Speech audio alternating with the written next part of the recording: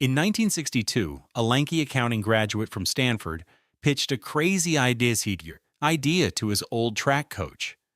He believed Japanese running shoes could destroy the German giants that dominated American athletics. His coach listened, nodded slowly, and handed him $500 in cash. That handshake, in a dusty Oregon parking lot, would eventually build a global religion worth over $150 billion. The graduate's name was Phil Knight. The coach was Bill Bowerman. And what they were about to create was not a shoe company. It was a belief system, a movement, a modern mythology stitched into rubber and canvas. They did not know it yet, but they were about to teach the entire world how to want, how to strive, and how to spend money in pursuit of a better version of themselves. This is the story of how two ordinary men from Oregon built the most powerful brand in human history, and how a simple check mark became more recognizable than the cross. To understand Nike, you have to understand what came before it. In the early 60s, athletic shoes were boring, expensive, and utilitarian. Adidas and Puma, two German brothers locked in a poisonous family feud, owned the global market. Americans wore whatever the Germans sent them. Phil Knight saw a gap. While studying at Stanford Business School, he wrote a paper arguing that cheap, high-quality Japanese cameras had crushed the German camera industry. The same pattern he predicted would happen with running shoes. Most professors gave the paper a polite nod. Knight, however, decided to actually test his thesis. He flew to Japan with no appointment, no contacts, and no plan. In Kobe, Knight walked into the headquarters of Onitsuka Tiger and bluffed his way through a meeting. When executives asked which company he represented, he panicked and invented a name on the spot: Blue Ribbon Sports. It did not exist. There was no office, no warehouse, no inventory, no employees. There was just a young American with a borrowed suit and a half-formed dream. The Japanese, impressed by his confidence, agreed to ship him samples. Knight returned home, mailed a pair to his old coach Bowerman, and waited. Bowerman did not just approve. He wanted in. He wanted to redesign the shoes himself.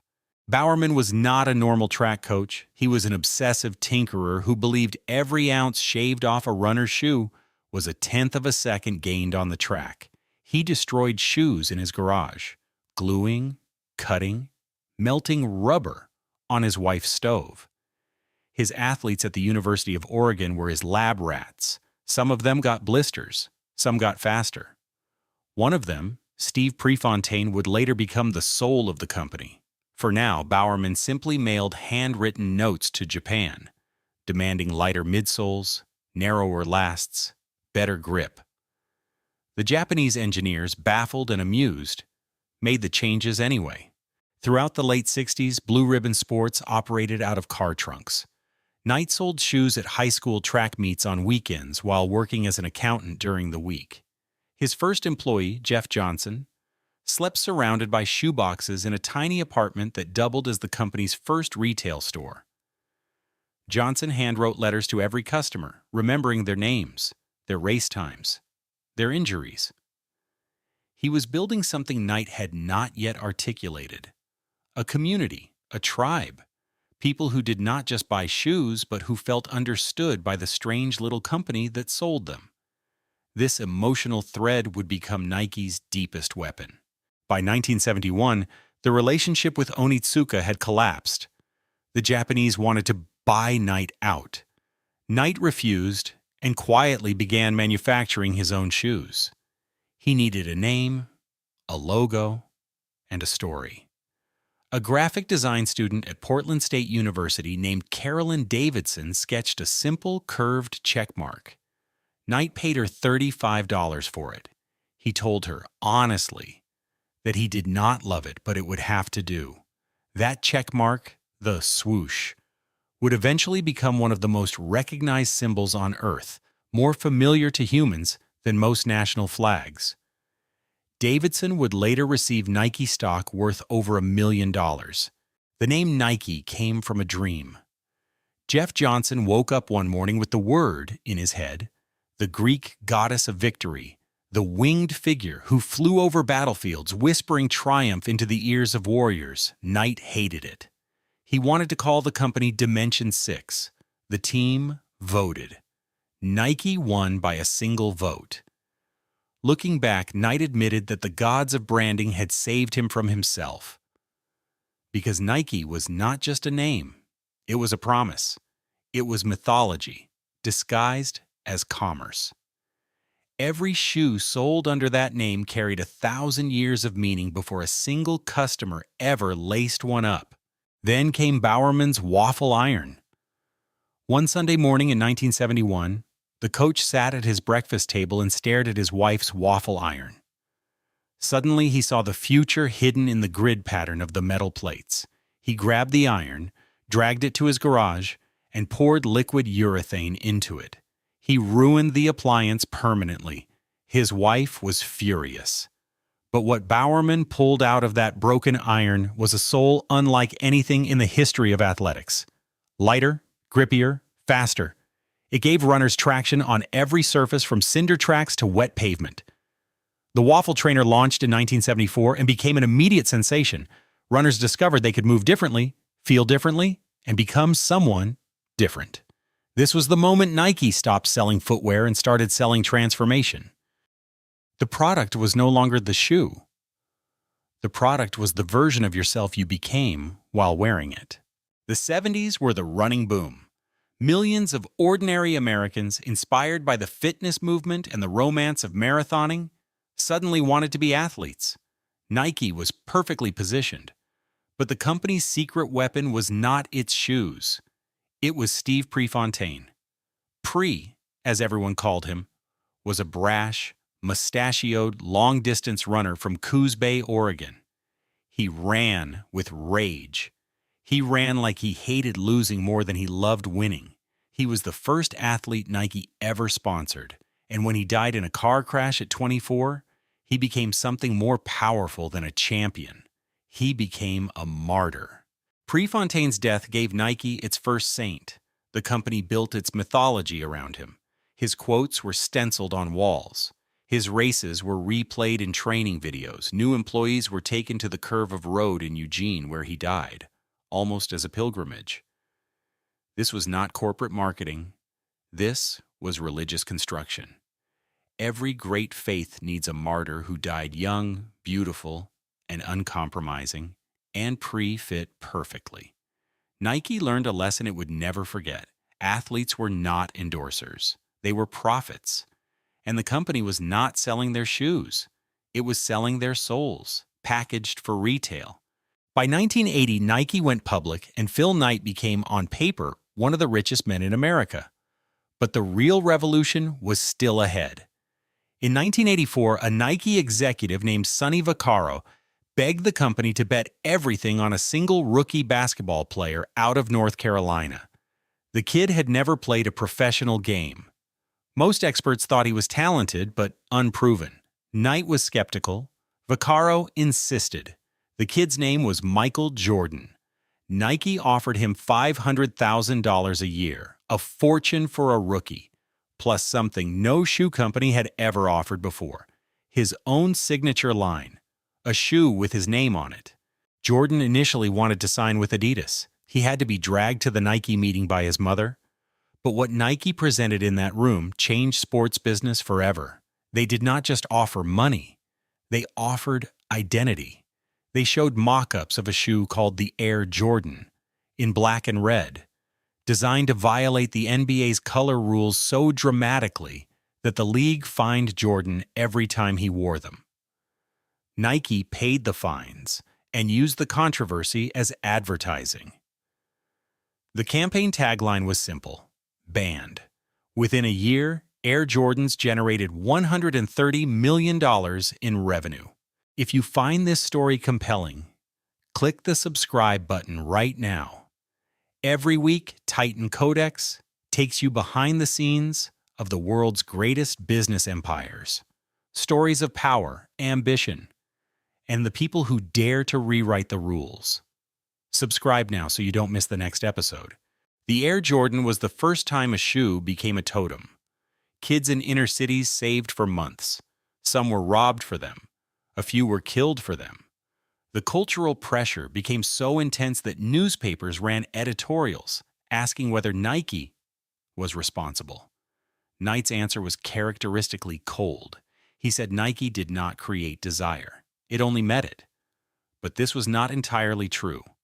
Nike itself had spent 2 decades learning exactly how to manufacture longing, how to make a piece of leather and rubber feel like membership in something sacred. The Jordan line proved the formula worked at industrial scale.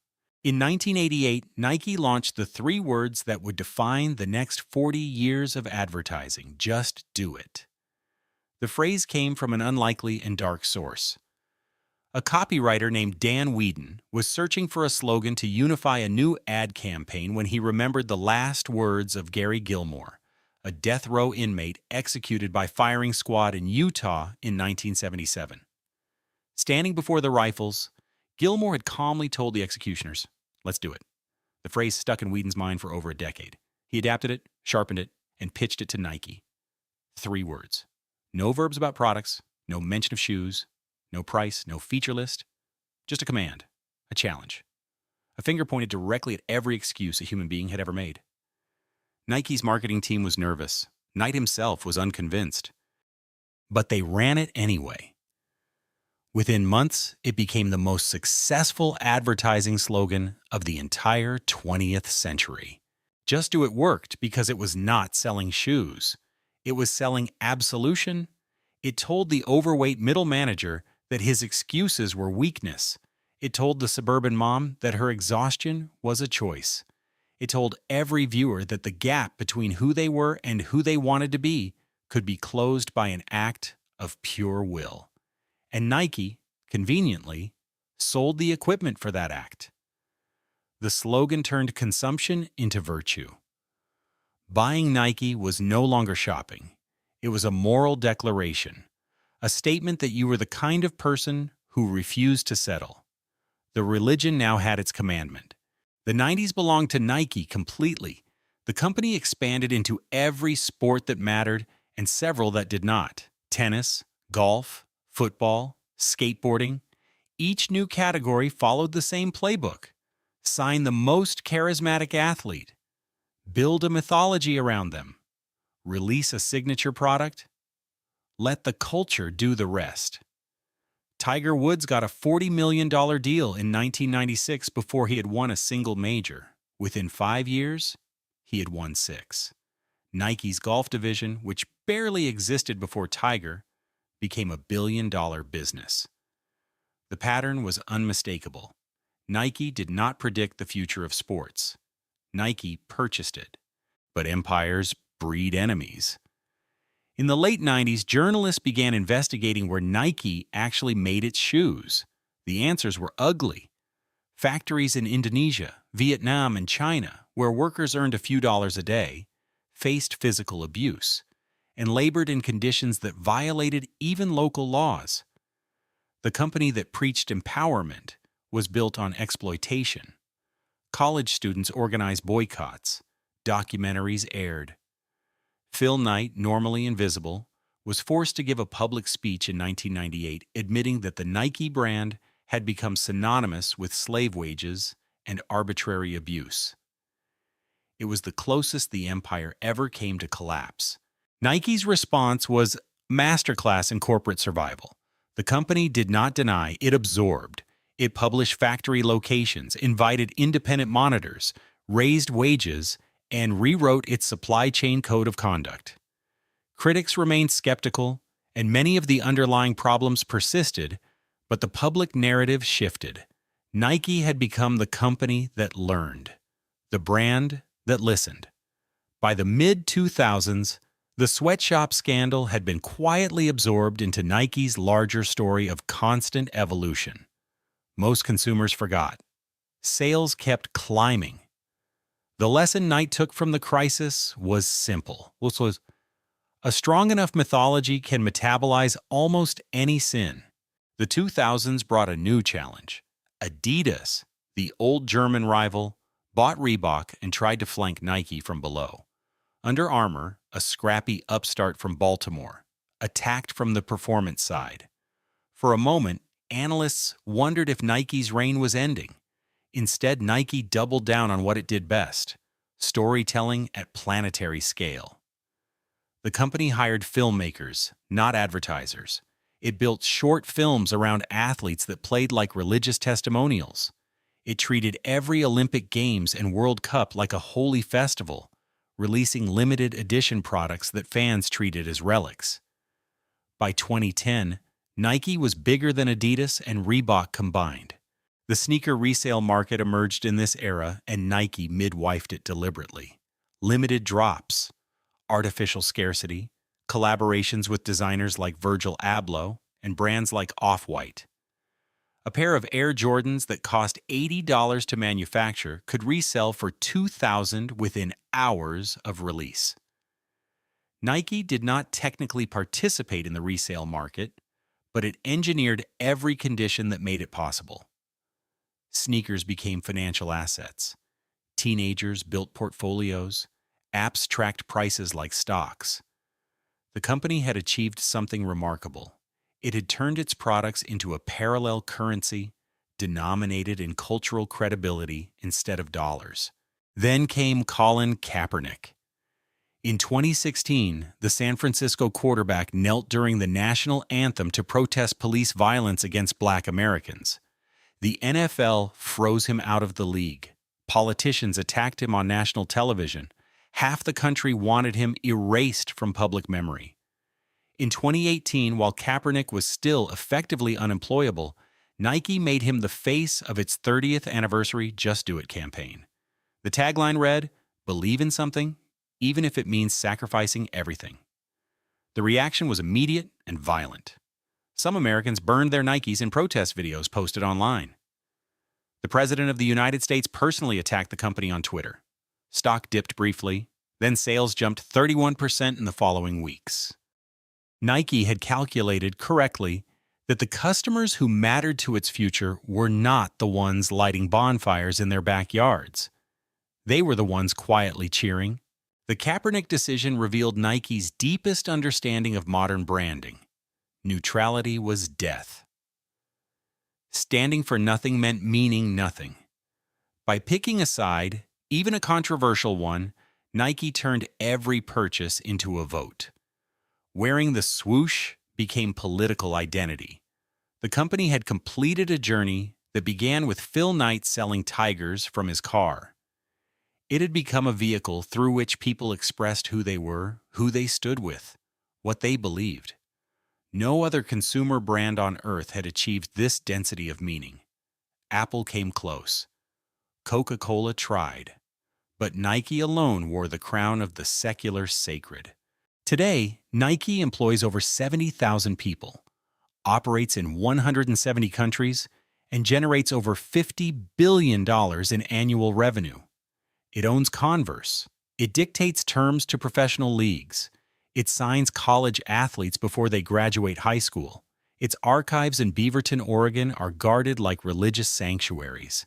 Visitors describe walking through them as a spiritual experience. Phil Knight, now in his late 80s, has stepped back from daily operations but remains the philosophical center of the company.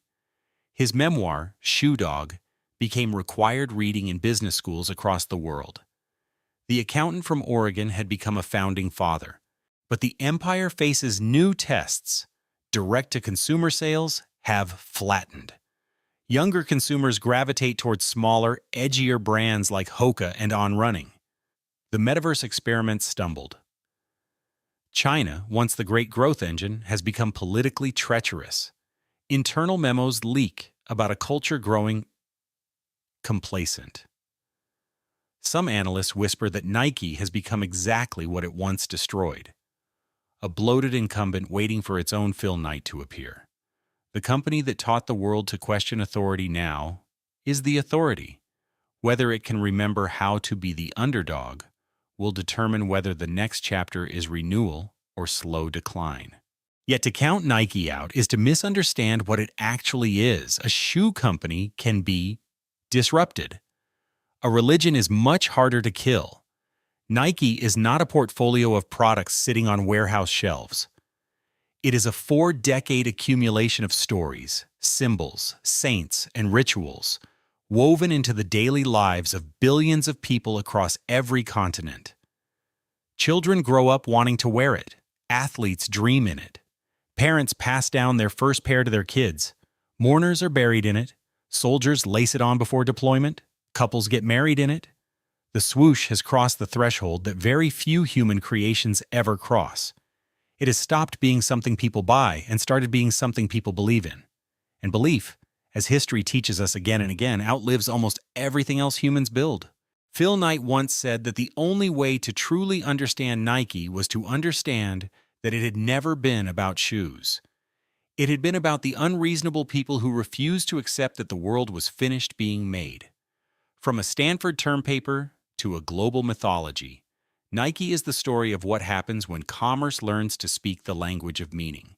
Whether you admire it or distrust it, the empire Knight built will outlast almost every government on Earth. If you found this story powerful, watch our breakdown of how Disney built its own century-long empire of imagination, linked right now on screen. The next Titan is waiting.